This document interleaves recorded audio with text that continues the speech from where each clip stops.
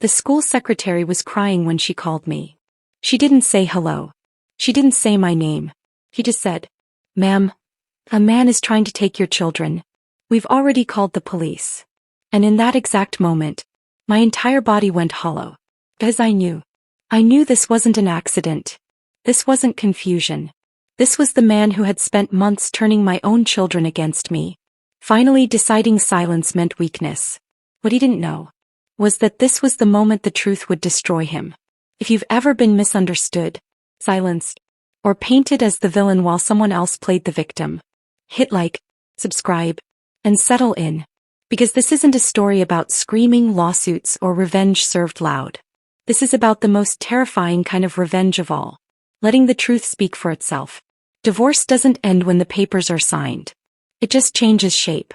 For me it became quieter, colder, sharper. Mark and I had been married for 11 years. 2 kids. A modest house. A life that looked stable from the outside. But behind closed doors, his anger had weight. It lived in the walls. In the way objects flew instead of words. In how every disagreement ended with me apologizing for things I didn't do. So when I finally left, I thought the worst was over. I was wrong. Mark didn't fight me in court the way I expected. He fought me through the kids. Little comments at first. "Your mom just doesn't understand us. She's too emotional.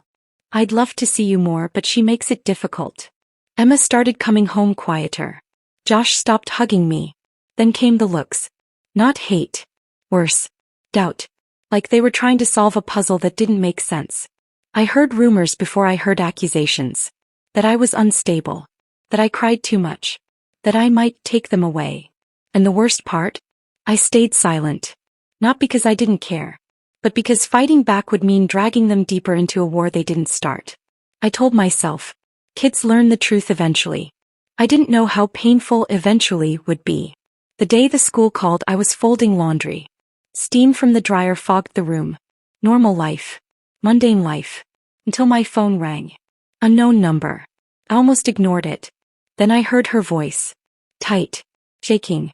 "Ma'am, there's a man here insisting he has full custody of your children."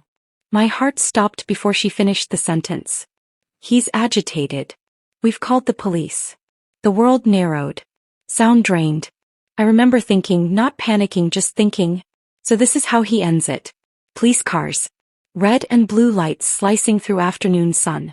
My legs moved before my brain did. Inside everything smelled like disinfectant and fear. Then I saw them. Emma's face collapsed when she saw me. Not relief. Terror. Josh wouldn't look up. And then, Mark. Smaller than I remembered. Hollow-eyed. Like a man who finally realized the story he built couldn't hold him anymore. "They don't want to live with you," he said. His voice cracked. But not with love. With desperation. Emma shook her head violently. "I didn't say that, Mom." Josh whispered. "He said you were leaving without us." The room changed. You could feel it. The officers looked at Mark differently. Not as a concerned father. But as a man who'd crossed a line he couldn't uncross. Here's the thing about real revenge. It doesn't always roar. Sometimes it stands quietly while the truth speaks. Mark admitted it. He planned to take them for a few days. No notice. No permission. No regard. Custodial interference. A crime. The kids heard everything. Every word. Every lie unraveling. I didn't smile. I didn't gloat. I didn't have to. They didn't handcuff him. They didn't need to. His face did that work for them. On the walk to the car, Emma took my hand. Soft. Certain. But real. "I'm sorry, Mom." Josh finally looked at me. Not angry. Just tired. And understanding something kids shouldn't have to understand so young. Adults can be wrong. And dangerous. Even when they say they love you. That night after they slept I sat alone. Bills. Paperwork. Life. Still hard. Still heavy. But lighter. Because I didn't lose myself to defend my truth. I let it stand on its own. And that's the kind of revenge that lasts. Mark didn't lose his kids that day. He lost control of the narrative. The lies couldn't survive daylight. And for the first time, my children didn't need convincing. They saw it themselves. Sometimes revenge isn't about hurting someone back. It's about outlasting the lie. About choosing silence until truth becomes undeniable. Not because you're weak, but because you refuse to become the monster someone else already is.